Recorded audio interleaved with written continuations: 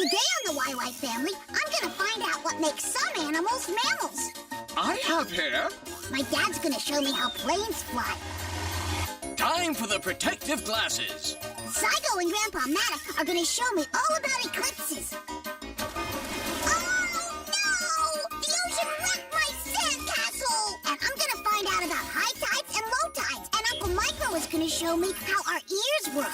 Oh, I can hardly wait! Come along with me and meet the smartest family in all the town. The YY family. Mom can make it plain to see that what goes up eventually comes down. The YY family. Come and meet the YY family. We got a lot of real know-how.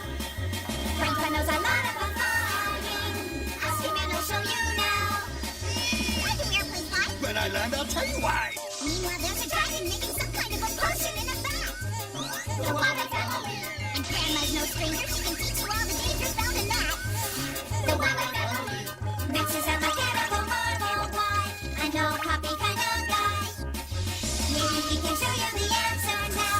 If you want to take a look inside. Everybody's in a lather. Rushing, wondering what's the matter. Every person here's a cry. He rushes to the baby side. What's the deal? What could it be? Just on the YY family. Hey, the questions that you have are not too serious. The animals and plants are not so mysterious, so have no fear. Everything will be made clear. Banana Quick and Quack are here.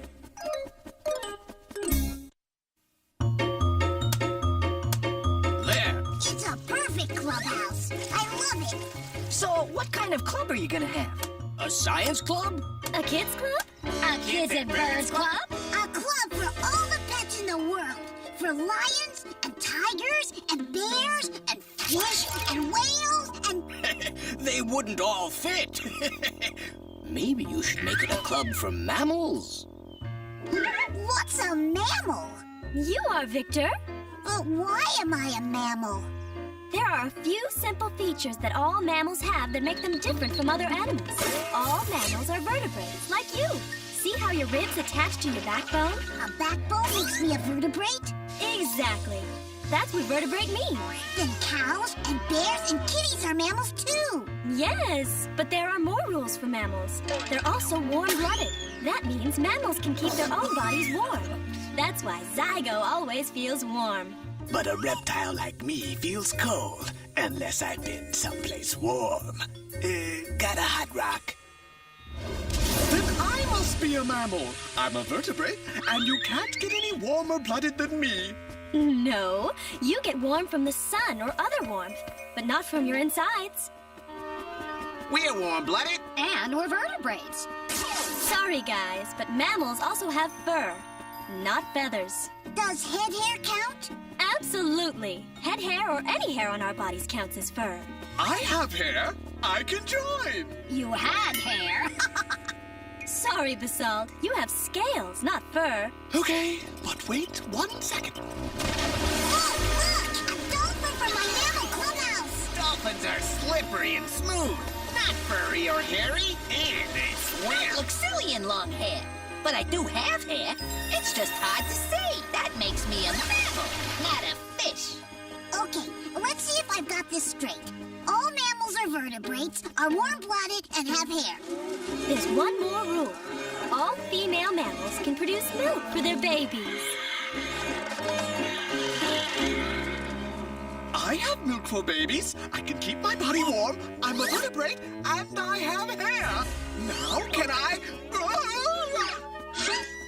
This is so embarrassing. Who wants to be a mammal anyway? Mammals can't fly, like us. You need feathers for that. That's right. And I know they're mammals because they're warm-blooded vertebrates with fur who make milk for their babies.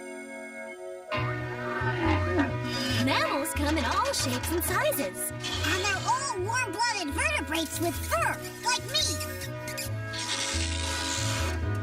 Come on, Basalt. We already explained that you're not a mammal. But I want to play in the clubhouse, too. You know, Mom, maybe a mammal club isn't such a great idea. I miss Basalt and all the other animals. Nope, we need a clubhouse where we can all be together. We're all all too special to be left out.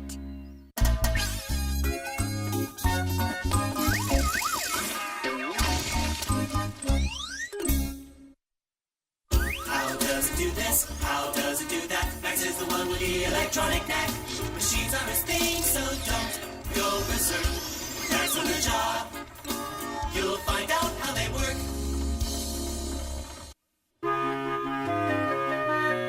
Now for a test flight. Wow! Look at it go! Say, Dad, how do airplanes fly? Let's go find out. In order for an airplane to fly, the first thing it needs is... A pilot! Well, yeah, but it also needs a force called thrust. Thrust! Yep, take a look at this. You're gonna fly a power drill? Not exactly. You see how this drill bores into the wood? Well, an airplane propeller bores into the air the same way and pulls the plane along with it. So thrust moves the plane forward? You got it.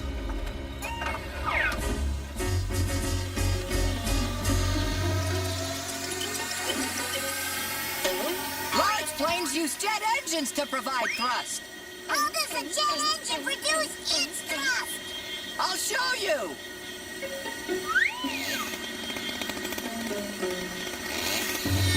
Here we go. Wow! Great trick, Dad! Now the air is pulled into the front of the engine by huge fan blades. It mixes with the engine fuel, which burns and heats the air. The hot air passes out of the engine with enough thrust to push the plane forward at high speeds. So, instead of pulling the plane like a propeller, the jet pushes it. Excuse me, are you the clown that did this to my plane? Yes, I was demonstrating thrust. I see. Allow me to demonstrate thrust. Cool, Dad! Thanks to thrust, you're flying! Not exactly. An airplane needs another force to fly. It's called lift, and it's produced by the movement of the air under the plane's wings. A plane's wing is curved, so the air passing above the wing moves faster than the air below it. This produces a difference in air pressure, which forces the wing upward. Now, let's check out thrust and lift firsthand. Oh, Dad!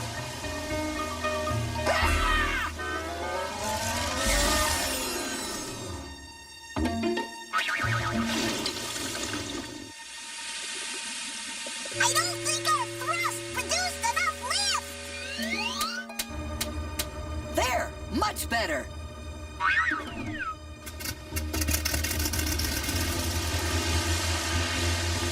Hey, Dad! We seem to have picked up some water. That's good. A perfect opportunity to demonstrate weight. You see, you need enough thrust and lift to overcome the weight of the plane. The final principle is called drag. Air friction acts to hold the plane back. Thrust and lift have to be stronger than drag and weight. And you see what happens if they're not. Thanks, Dad. Now I understand how a plane flies. If I ask you how a restaurant works, can we go have some lunch? I thought you'd never ask.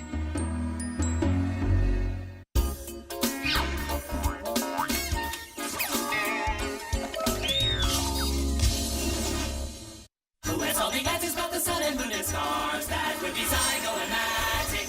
Who can tell us all about the atmosphere and Mars? That would be Zygo and Magic. Pick a spot in outer space, they've been all around the place. Zygo and Magic, here they come.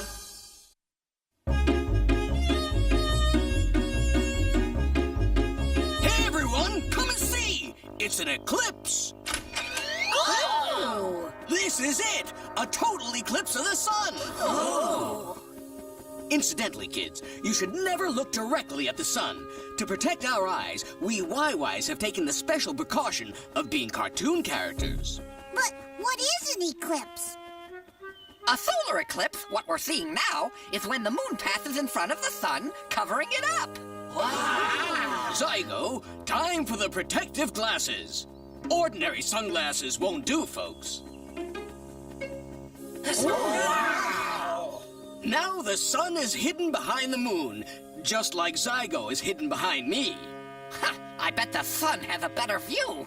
How can the moon cover up the sun? I thought the sun was a kajillion times bigger. Well, actually, the sun is 400 times larger than the moon, but it's also 400 times farther away, which is why it appears to be almost as large as the sun and can cover it up. Just like I can cover up Uncle Scopo with my thumb. Wow, a giant thumb. Help! I'm being smushed. Exactly. And now that we know how eclipses look on Earth, let's go see what we can learn about them in space.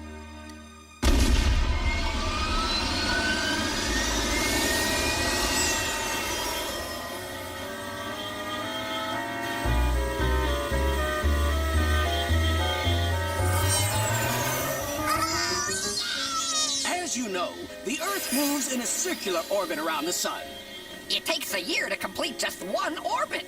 And the moon orbits around the Earth once every 28 days. So we should have an eclipse every month. It would seem that way. However, the moon's orbit is tilted slightly in relation to the Earth's orbit. Oh, okay. So the moon sometimes passes under the Earth and sometimes above it.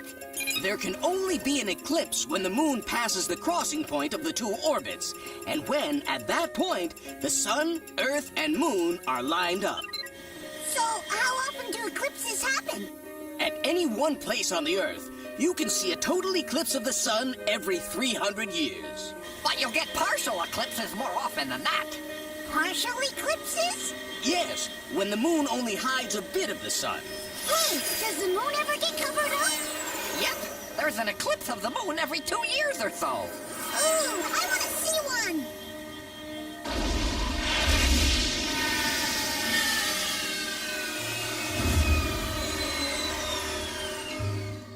Here we go! The moon is about to move into the Earth's shadow. And since it's not lit by the sun anymore, it grows much darker. But it doesn't disappear completely. Oh, wow. That's beautiful. Oh! With all this talk of the moon, looks like Zygo spaced out.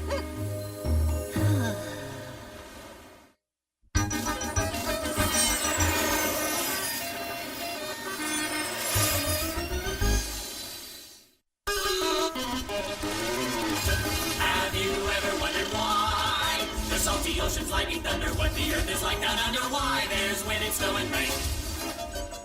Let Eartha and Basalt explain. Oh boy, this is gonna be the best sandcastle ever!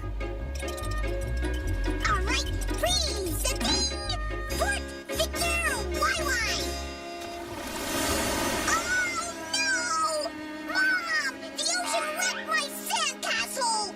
The water was all the way down there when I started, but then it came all the way up here and smashed my sandcastle into a million bits, and why did it do that? Sounds like you found out the hard way about tides. What are tides? Come with me, dear. Here at the edge of the ocean, you can see the level of the water go up and down. These changes in the level are called tides. Now, when the water reaches its highest level, that's called high tide. When the water is at its lowest level, that's low tide. Each day, there are 2 high tides and 2 low tides. Okay, I feel better now that I know the ocean wasn't picking on me.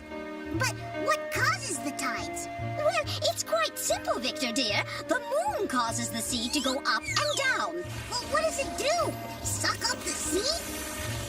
Okay, so maybe it's not that simple. Let's start at the beginning. The Earth pulls everything towards its center. That's called gravity. Gravity is the reason everything, including the oceans, stays on the Earth. Can you imagine what would happen if gravity didn't exist? Everything would float all over the place. Right. So, we're lucky there's gravity. Lucky, she calls it. Now, the moon also has gravity, which means it pulls things towards its center. So, how come we're not being pulled up to the moon?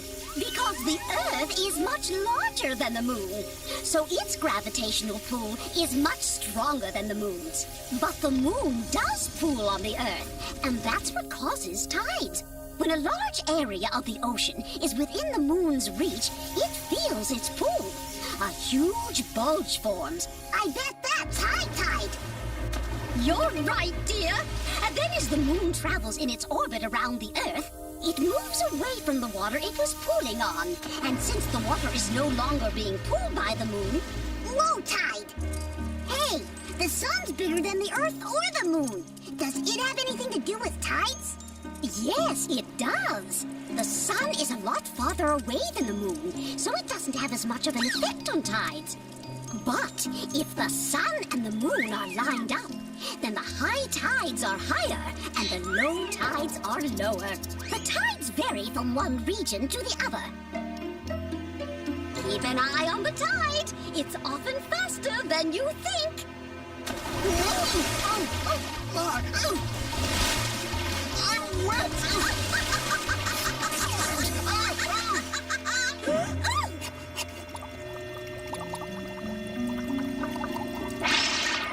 Yeah, especially when there's a dragon around.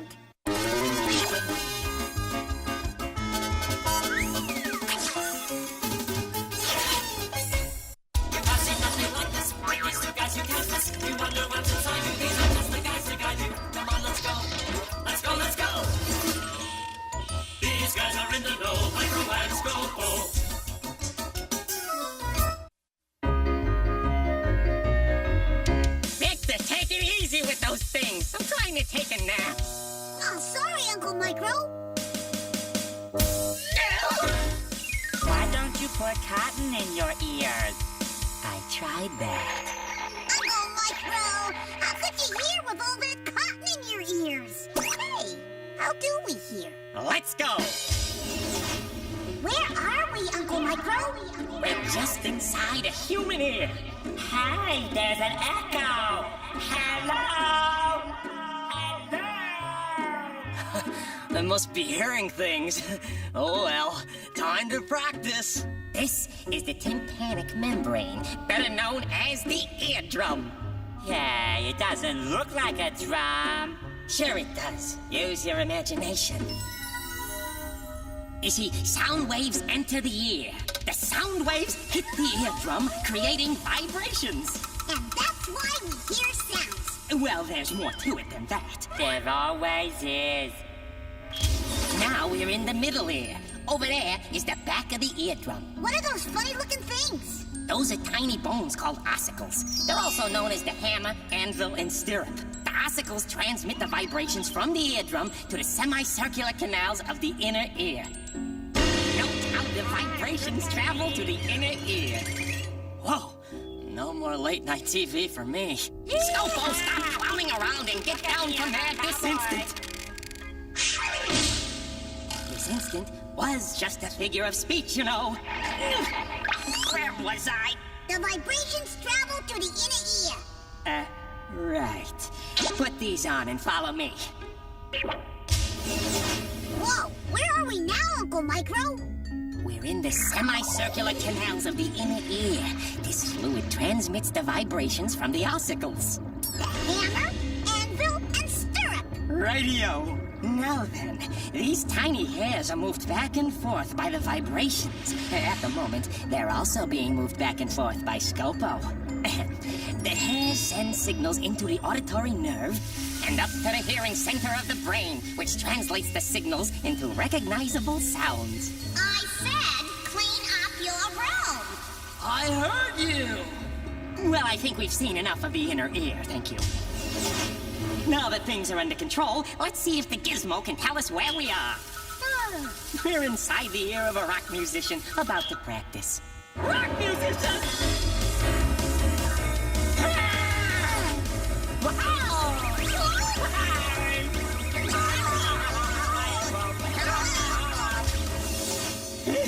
That was close. Whew, that was fun. Let's do it again. Yeah, maybe another time. And now then, if you'll excuse me, I'm going to take my nap. Micro? And I don't want to hear any more drums. Pod Pod Micro.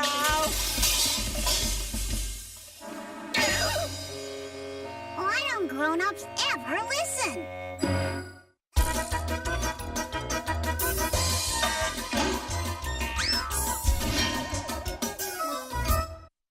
Well, Victor, what'd you learn today?